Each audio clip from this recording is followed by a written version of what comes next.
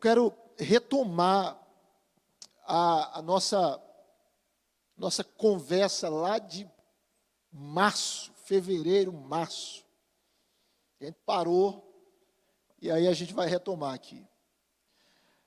Quando a gente fala sobre esse assunto aqui, irmãos, ele é essencial para a nossa vida. Fundamental. Ninguém pode ser crente e ser salvo se não entender o que é o Evangelho. Mas às vezes a gente pode entender o Evangelho, mas não entender adequadamente. Exemplo. Algumas pessoas acham que Evangelho é uma espécie de ABC da vida cristã. O que é que significa isso? Tem pessoas que acreditam que Evangelho é algo simplesmente para novo convertido. Então a pessoa se converte, olha, toma um pouquinho aqui de Evangelho. Depois diz, não, agora vamos conversar sobre coisas mais sérias. Você já sabe o Evangelho, agora vamos tratar de assuntos mais sólidos. Só que o Evangelho, ele não é o ABC da vida cristã. O Evangelho é o A a Z da vida cristã. Não há vida cristã sem Evangelho. Há um texto, eu coloquei esse texto na NVT, só para a gente entender, deixa eu ver se vai funcionar aqui. Está respondendo aí? Nada. Então vamos lá. Romanos capítulo 1, do verso 1 ao verso 6, esse texto está na Nova Versão Transformadora. Tá? Por favor, Alan, apaga uma luz aí, por favor, da frente. Esse texto diz o seguinte: eu, Paulo, escravo, está muito pequena a letra, né? Escravo de Cristo Jesus, Romanos capítulo 1, do verso 1 ao 6. Eu, Paulo, escravo de Cristo Jesus, chamado para ser apóstolo e enviado para anunciar as boas novas de Deus, escrevo esta carta. Deus prometeu as boas novas muito tempo atrás nas Escrituras Sagradas por meio de seus profetas. Elas se referem a seu filho, que como homem nasceu da linhagem do rei Davi, e quando o poder do Espírito Santo o ressuscitou dos mortos, foi demonstrado que ele era o Filho de Deus, ele é Jesus Cristo, nosso Senhor. Por meio dele, recebemos a graça e a autoridade como apóstolos de chamar os gentios em toda parte a crer nele e lhe obedecer em honra de seu nome. E vocês estão entre esses gentios, chamados para pertencer a Jesus Cristo. Veja que esse texto aqui, irmãos, ele fala sobre o Evangelho. E Paulo, ele diz que esse Evangelho, em primeiro lugar, é um Evangelho que vem de Deus, certo? As boas novas, elas vêm de Deus. Em segundo lugar, verso de número 2, olha o que Paulo diz. Ele diz que esse Evangelho, ele foi prometido muito tempo atrás nas Escrituras Sagradas, ou seja, a base desse Evangelho é o Antigo Testamento. Terceiro lugar, Paulo diz que este Evangelho, ele se refere a quem? Veja aí o verso de número 3, ele se refere ao Filho, ele se refere a Jesus Cristo. Então, falar de Evangelho é falar de Cristo. E Paulo aqui, ele apresenta dois aspectos a respeito da pessoa de Cristo. O primeiro aspecto é que Cristo, ele veio da linhagem do rei Davi, ou seja, ele é homem. E o segundo aspecto está no verso de número 4, que esse Cristo, ele ressuscitou dos mortos. E quando ele ressuscitou dos mortos, foi demonstrado claramente que ele é o Filho de Deus. Então veja que esse texto nos mostra que o Evangelho é de Deus, que o Evangelho foi prometido nas Sagradas Escrituras, lá no Antigo Testamento, que esse Evangelho, ele se refere a Cristo, que esse Cristo, ele se encarnou, ele é da linhagem de Davi, ele se humilhou, esse Cristo, ele ressuscitou, e a ressurreição dele é a prova que ele é o Filho de Deus. E no verso de número 5, Paulo vai mostrar que este Evangelho, ele é anunciado, ele é proclamado. Paulo recebeu o chamado de Deus de proclamar esse Evangelho a todos os gentios. E como é que a gente se apropria dos benefícios desse Evangelho? Quando nós cremos em Cristo. E o que acontece quando nós cremos em Cristo? Verso de número 6, nós passamos a pertencer a Ele. Muito bem. Por favor, vamos para o próximo slide.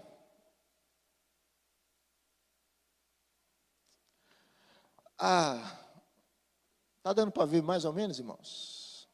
Sou, né? Mais ou menos. Vamos lá.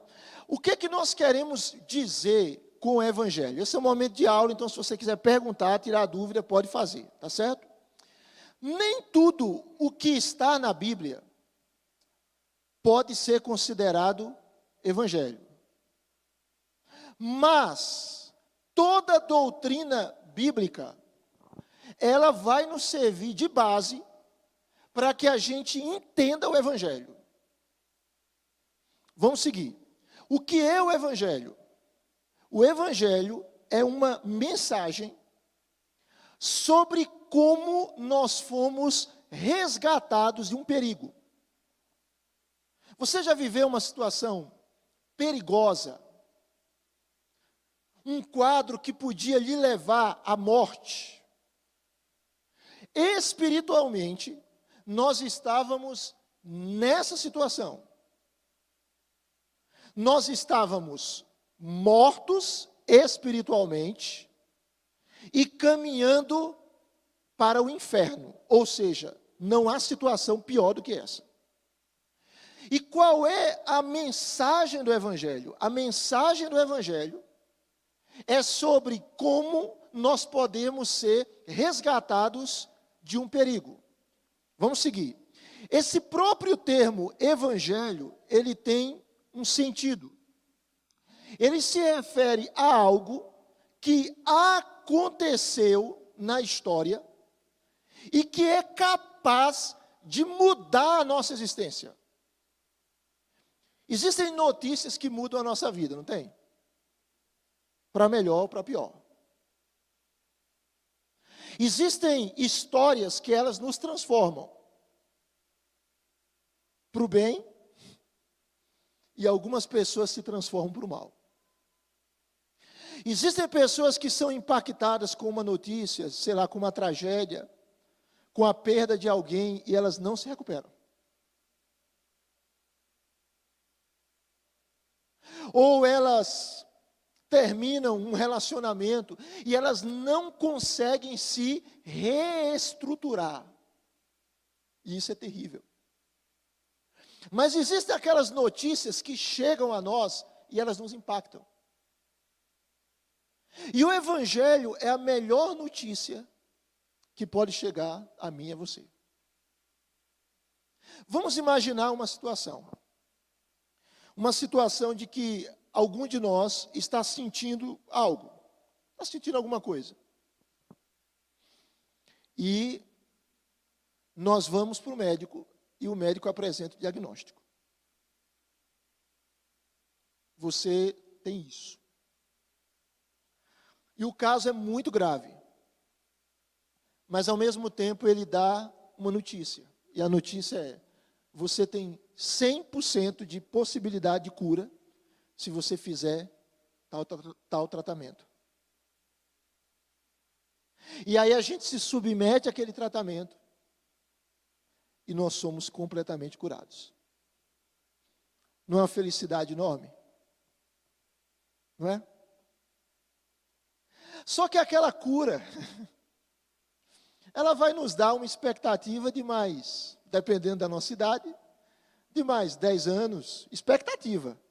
20 anos, 30 anos, 40 anos, 50 anos, não sei. Mas um dia, a gente vai ter que se defrontar com a realidade da morte. Ou seja, aquela situação, ela resolve o nosso problema momentâneo. Mas ela não traz solução para a vida.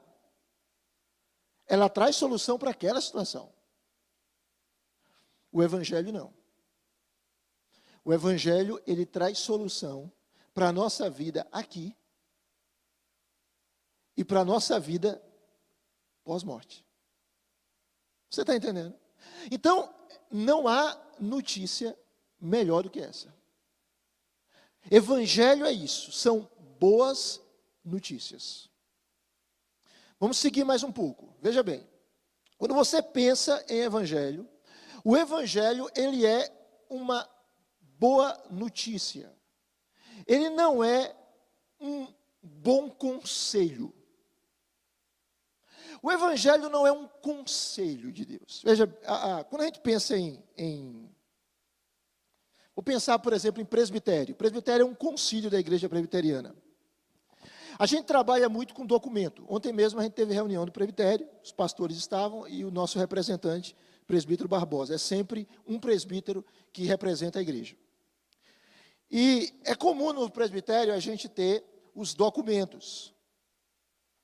Entra documento, se forma as comissões, delibera-se sobre o documento.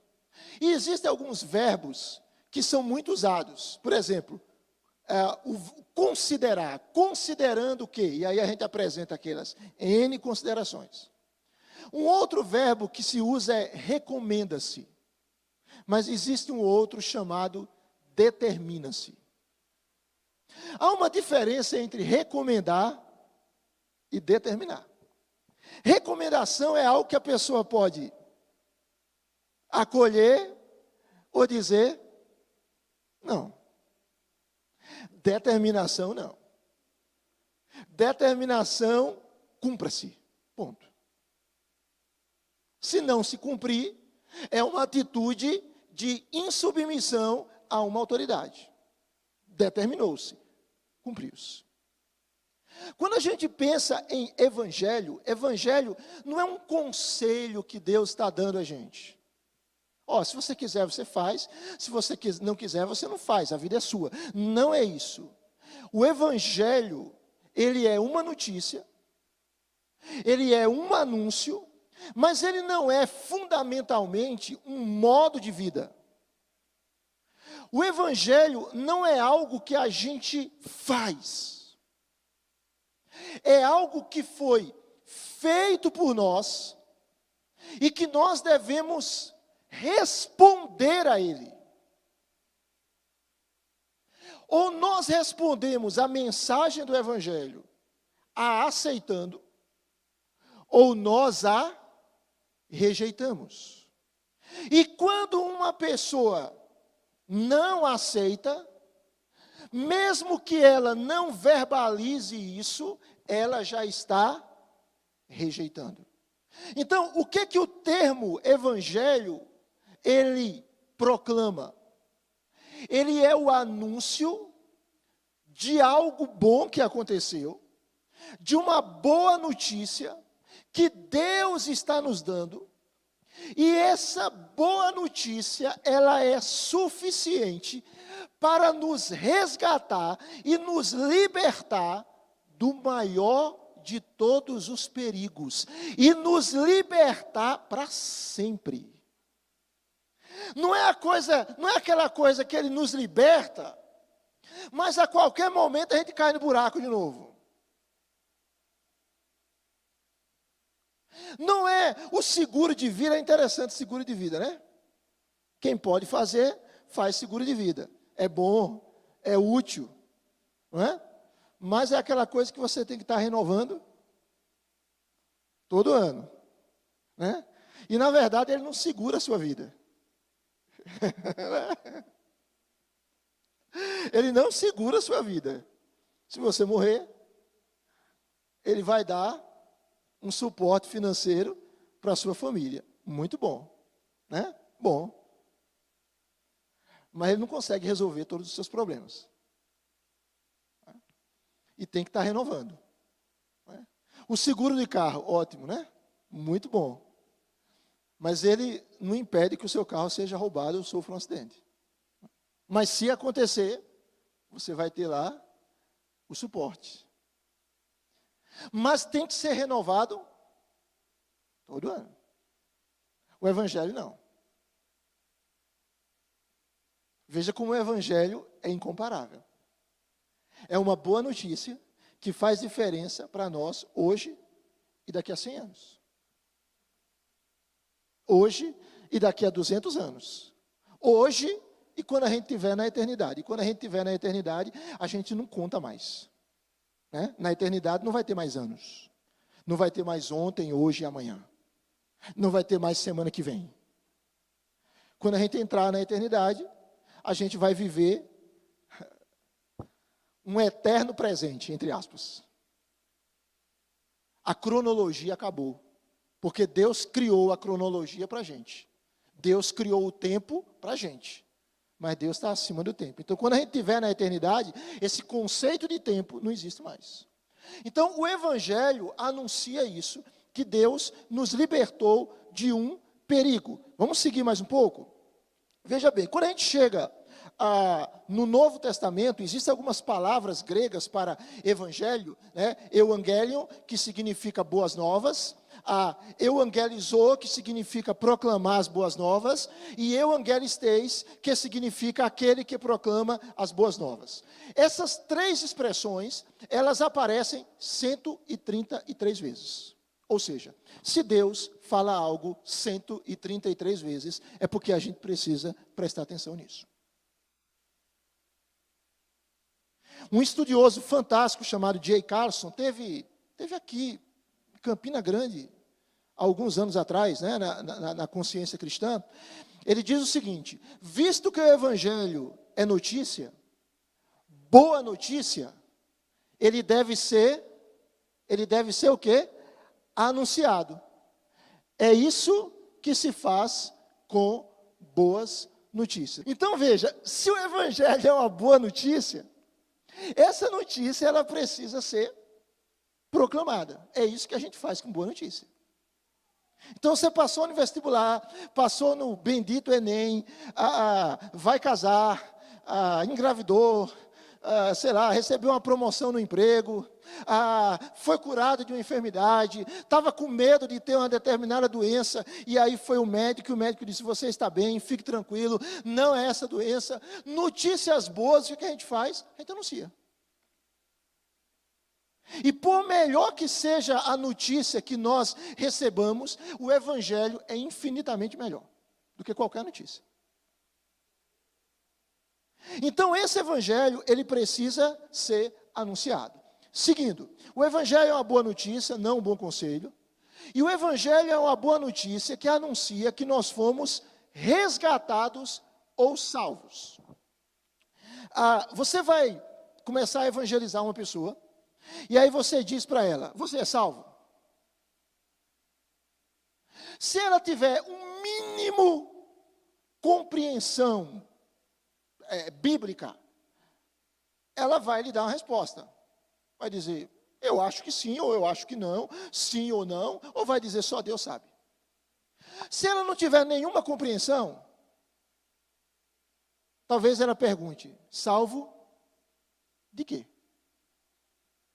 Eu acho que eu estou bem. Eu preciso ser salvo de quê? Nós fomos resgatados de quê, gente? Você sabia que você estava em perigo? E eu também? De que perigo nós fomos salvos? 1 Tessalonicenses, capítulo 1, versículo 10, fala de uma ira vindoura. Essa ira vindoura é de quem? De quem? De Deus. E Deus se ira? Ele se ira. A ira de Deus é a aversão dele contra o pecado. É uma santa indignação que Deus tem contra o pecado. 1 Tessalonicenses capítulo 1, versículo 10, diz que nós fomos resgatados de uma ira vindoura, que vai acontecer no fim dos tempos. O fim dos tempos é quando? Qual vai ser o evento que vai consumar o fim dos tempos? A vinda de Jesus. Quando a Bíblia fala sobre a ira de Deus, a Bíblia apresenta a ira de Deus como algo que se manifesta na história. Romanos capítulo 1, versículo 18, a ira de Deus se revela do céu contra toda impiedade e perversão dos homens. Então, a ira de Deus, o Deus que é avesso ao mal e de maneira santa se indigna contra o mal, esta ira, ela se manifesta na história. Então, Deus, ele é amor, mas ele se ira. Tem exemplo da ira de Deus na história? Quem tem algum exemplo? Dilúvio.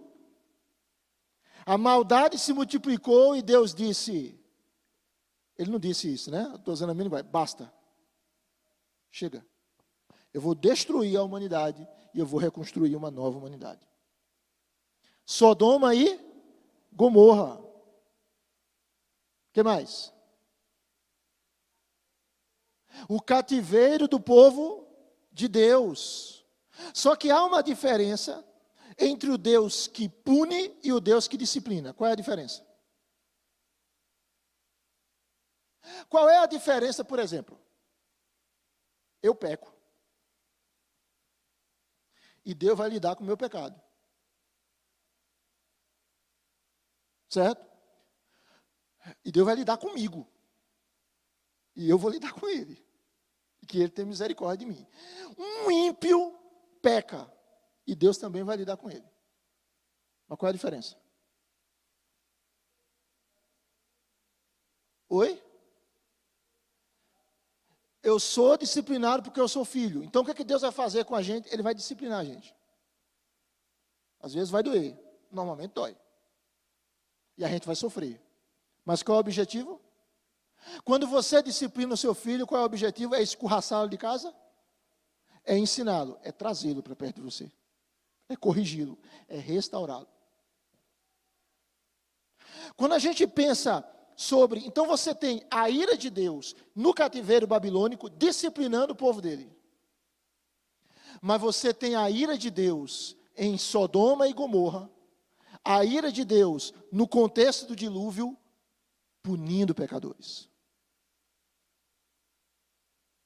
E lá em Romanos capítulo 1, do verso 18 ao verso 32, quando no verso 18 Paulo fala sobre a ira de Deus que se revela, ele vai mostrar aí uma série de pecados, ele fala sobre impiedade, fala sobre perversão das pessoas, que simplesmente rejeitaram a Deus e trocaram a verdade de Deus em mentira.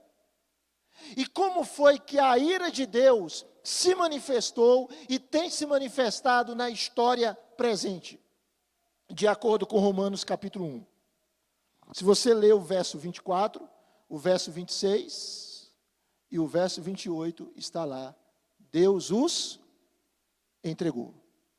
Então, como é que Deus manifestou a sua ira a pessoas que queriam pecar e negavam Deus por causa da impiedade e da perversão, abandonavam a palavra de Deus e abraçaram a mentira? O que é que Deus fez? Deus os entregou aos seus pecados. Usando a minha linguagem, Deus disse, faça-se a vontade de vocês. Vocês querem pecar? Então eu vou tirar os limites. Pequem. Eu dou limite para você. Por que esse mundo não piora a um nível insuportável?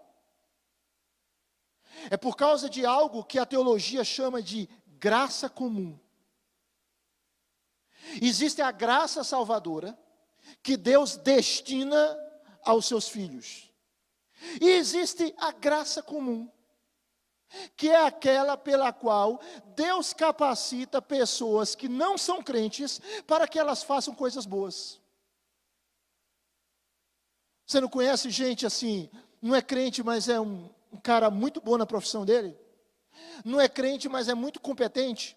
Não é crente, mas é um bom pai, uma boa mãe, um bom filho?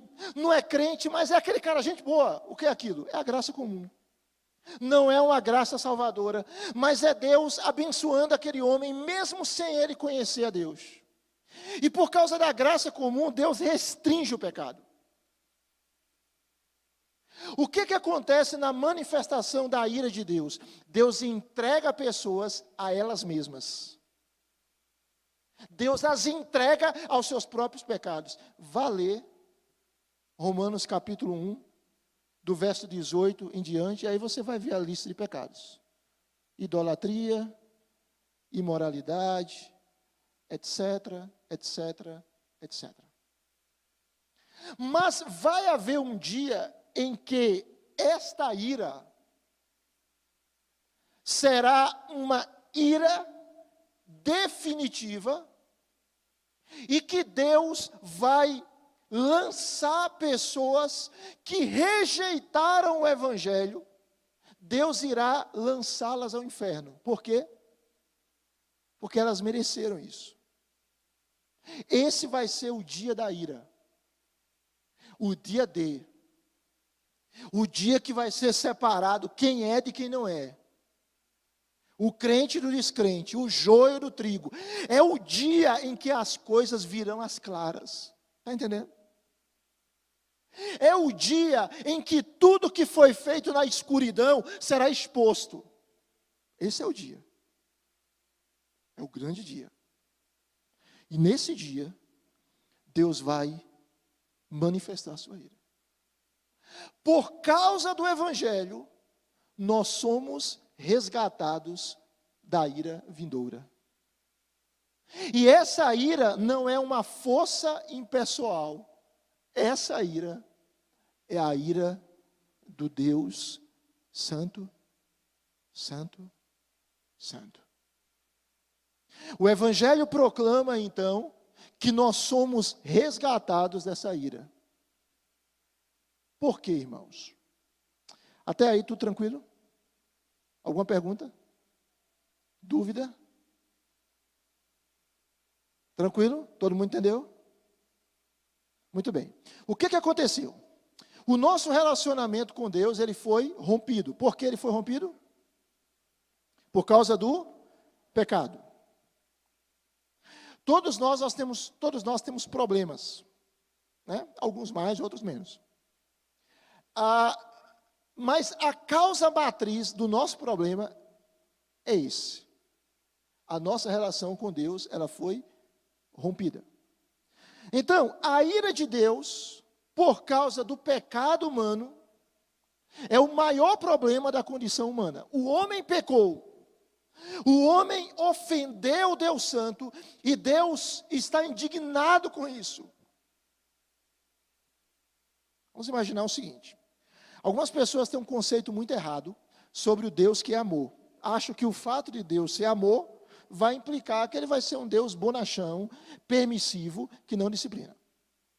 A Bíblia diz que uma das características de Deus é que Deus é juiz, e ele é o justo juiz. Então ele não pode ser subornado, ele não pode ser comprado, e a lei dele é objetiva. Você já viu às vezes alguns juristas interpretando a Constituição? Nossa, dá a impressão que a gente tem 11 constituições. É a mesma Constituição. Mas às vezes ela se interpreta de diferentes formas. A lei de Deus não é assim. Ela é clara, ela é objetiva, ela não é dúbia.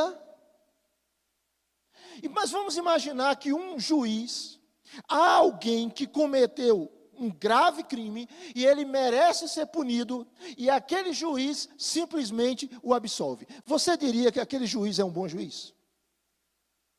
Mas por que não? Ele é bonzinho. O indivíduo só cometeu um crime ou dois. Não, ele só cometeu 3. O juiz é bonzinho. Alguém diria que ele é um bom juiz? Não. Nós cometemos milhares de pecados. Nós ofendemos o santo Deus. Por quê? O justo juiz iria nos poupar.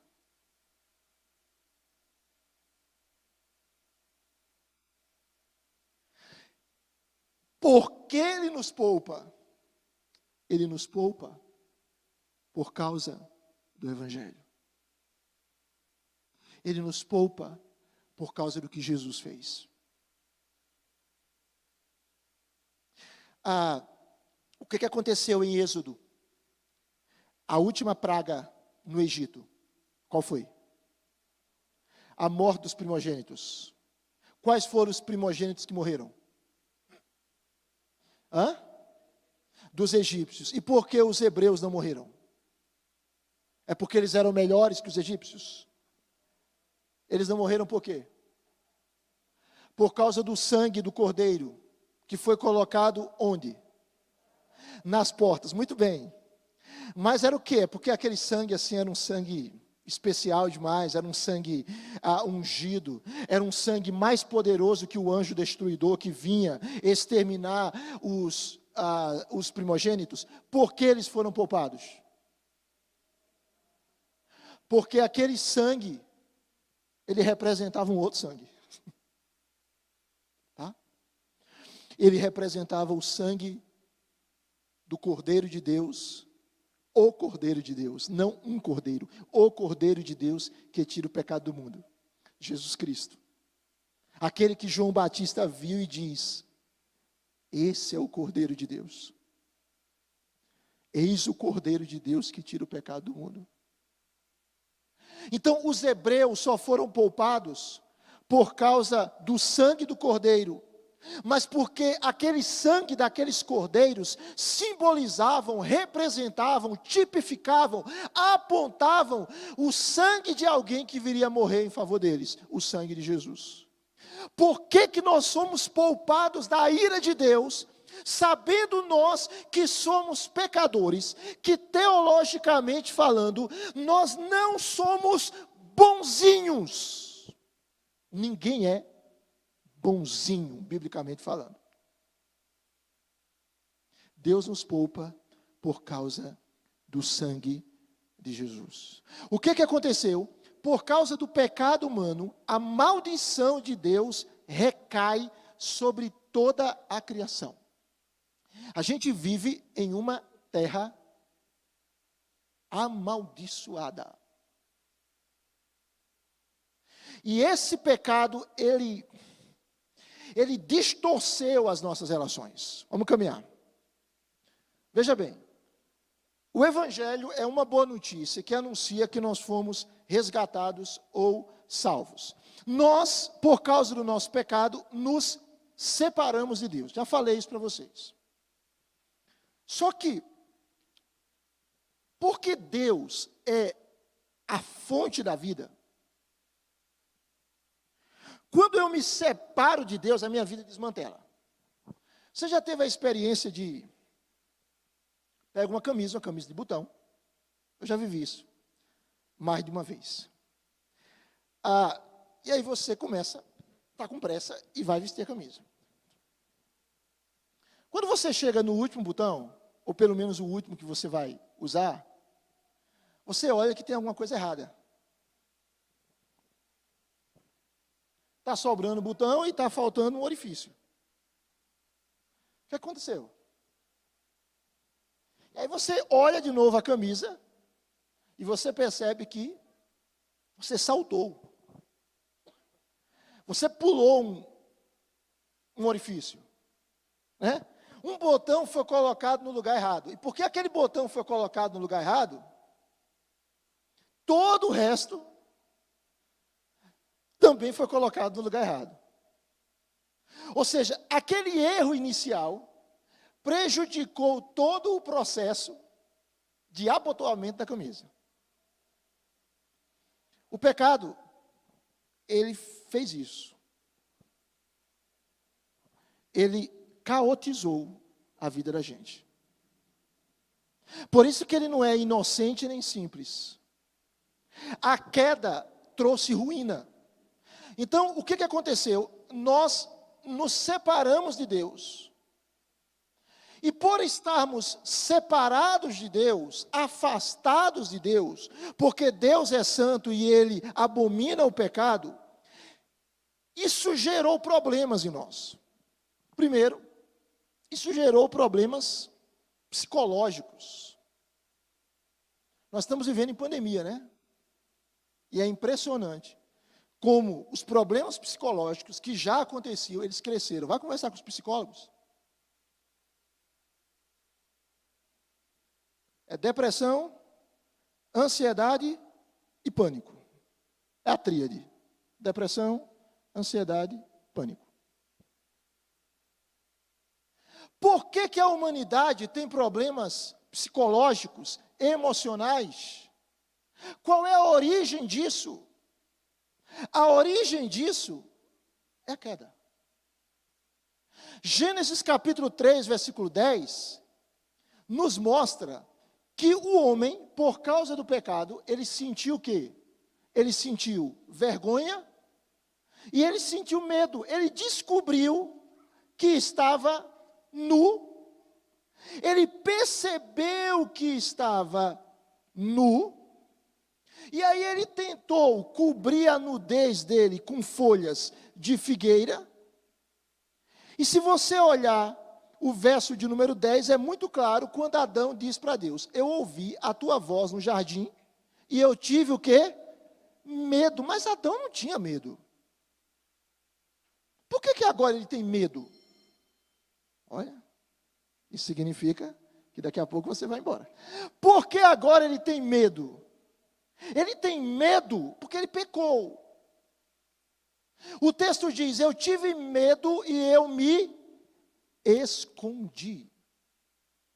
Então, as nossas deformidades emocionais e psicológicas, elas são resultado de um mundo caído. Não se preocupe, eu estou dando primeiro as más notícias, mas enquanto isso a gente vai dando as boas notícias, né? O Evangelho nos resgata, mas presta atenção. Então, os nossos problemas psicológicos estão relacionados à queda. Porque nós estamos separados de Deus, nós temos também problemas sociais. Pasmem, as pessoas brigam. E elas brigam por N motivos. Elas discutem, elas têm problemas. O pastor Alex citou aqui o texto de 1 Pedro. Inveja, maledicência, etc. Ou seja, as pessoas, elas têm relacionamentos muitas vezes trincados.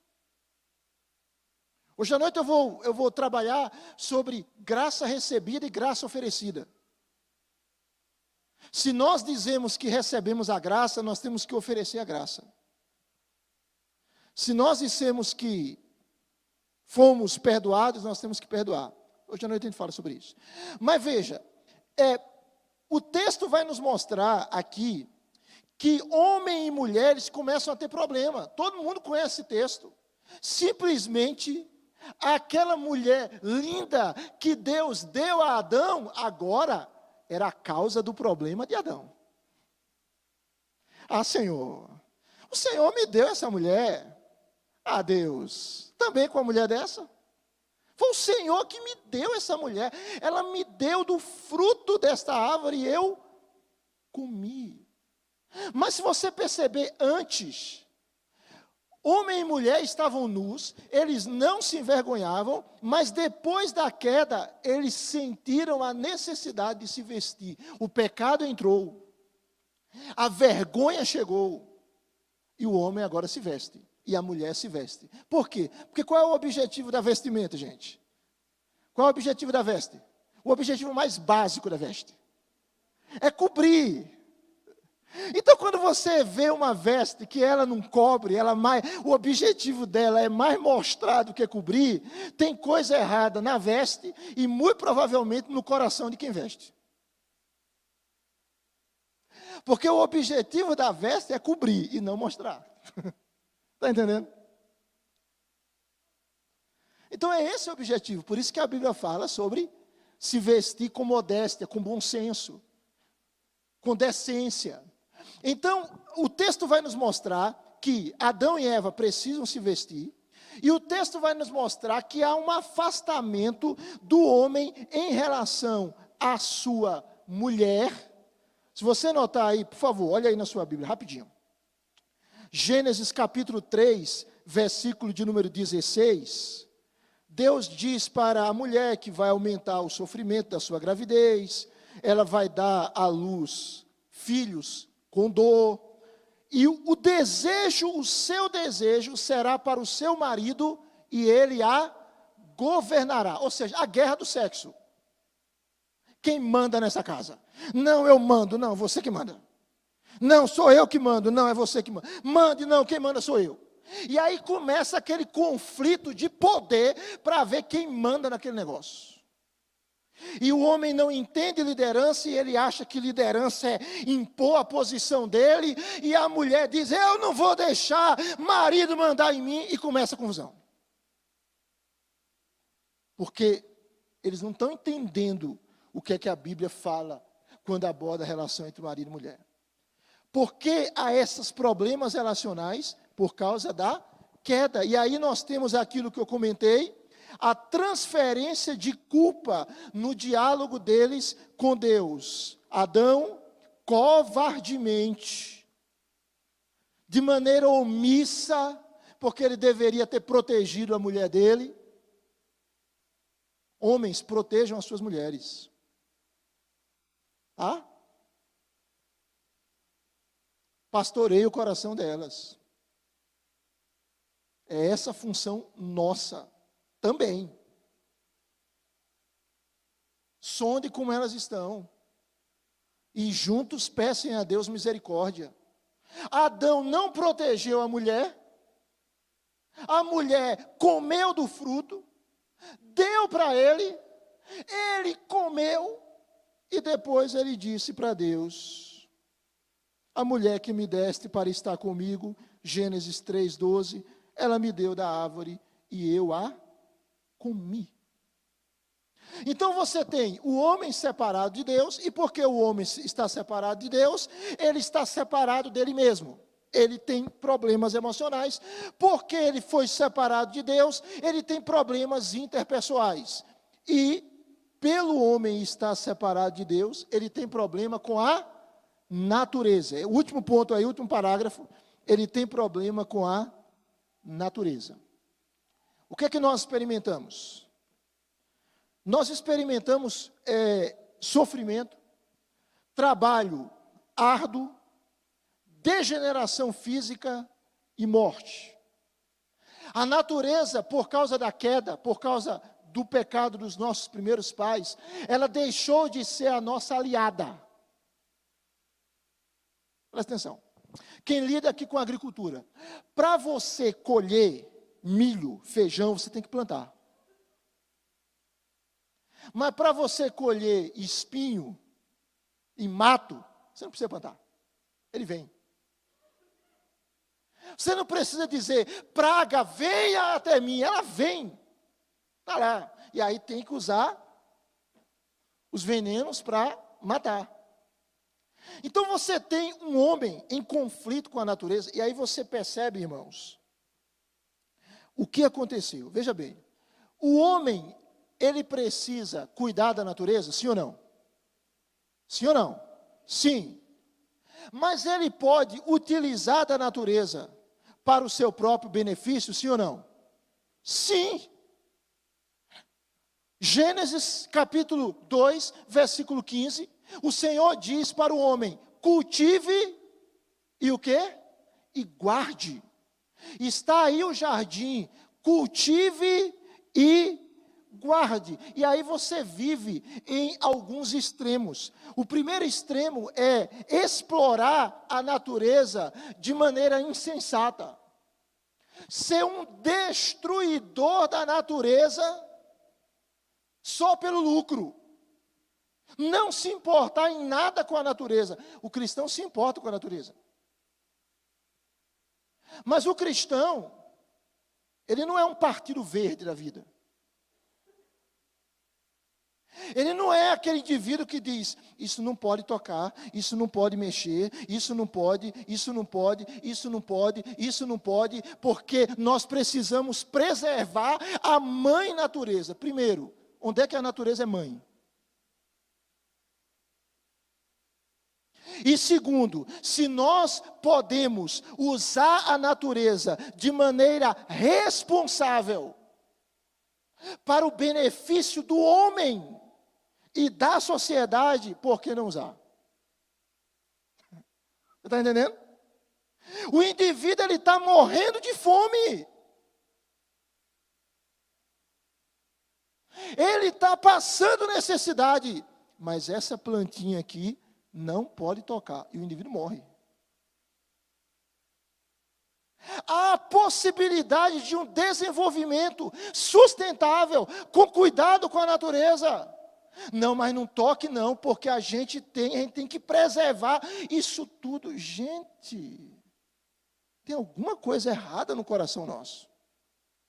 Então, às vezes, a gente caminha nesses polos, ou o polo de uma exploração indiscriminada, sem nenhum cuidado, alimentada por um capitalismo selvagem, cruel, desumano, ou simplesmente aquela preservação da natureza, que às vezes vai contra o desenvolvimento humano e que vai contra aquilo que Deus disse em Gênesis capítulo 2, versículo 15. Você vai guardar o jardim, mas você vai cultivar. E cultivar implica o quê? Desenvolvimento, mandato cultural. Tá claro isso aqui, irmãos? Ou tá cinza? Então, note, o pecado trouxe isso aqui, ó. E a própria terra agora é amaldiçoada. Olha aí na sua Bíblia. Vamos caminhar para o final e parar, viu, irmãos? Para a semana a gente continua essa abordagem, tá bom? Olha aí na sua Bíblia, Gênesis capítulo 3, versículo de número 17. Diz assim: e Adão disse, por não ter dado ouvidos à voz de sua mulher, e comido da árvore que eu havia ordenado que não comesse, maldita é o quê? É a terra por sua causa. Em fadigas você obterá dela o sustento durante os dias de sua vida. Ela produzirá também espinhos e ervas daninhas, e você comerá a erva do campo. No suor do seu rosto você comerá o seu pão, até que volte à terra, pois dela você foi formado, porque você é pó, e ao pó voltará. Veja bem, o trabalho é bom ou é ruim? É bom. Por que ele é bom? Antes de tudo, por que o trabalho é bom? Dá sustento, mas antes de dar sustento. E aquele trabalho que não dá sustento, ele é ruim? Vamos ver, você faz um trabalho assim, aí é um trabalho voluntário. Você não ganha nada por ele. Ele é ruim? Sim ou não? Não. Muito bem. Então o trabalho é bom. Por que o trabalho é bom? Porque ele dignifica o homem. Ok, e qual é o trabalho que dignifica o homem?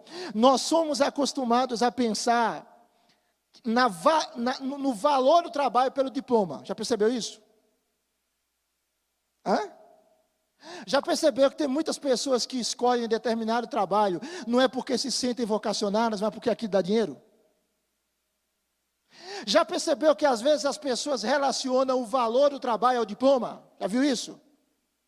Então tem diploma, é um trabalho valioso. Não tem diploma. O nosso Deus, em Gênesis, ele é apresentado como o quê, irmãos? Como jardineiro.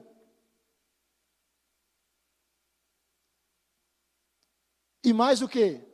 Oleiro. Deus é apresentado como oleiro em Gênesis e como jardineiro. E Jesus, qual era a profissão de Jesus? Carpinteiro.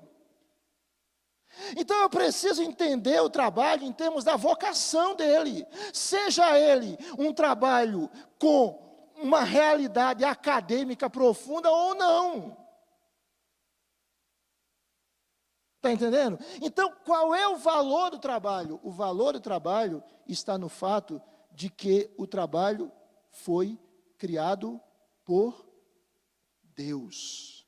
Foi criado por Deus. Então, o mundo se desajustou por causa do pecado. E o que o Evangelho anuncia? O Evangelho anuncia que em Cristo nós fomos resgatados ou salvos. Para a semana a gente continua falando sobre isso. Vamos ficar de pé e vamos orar.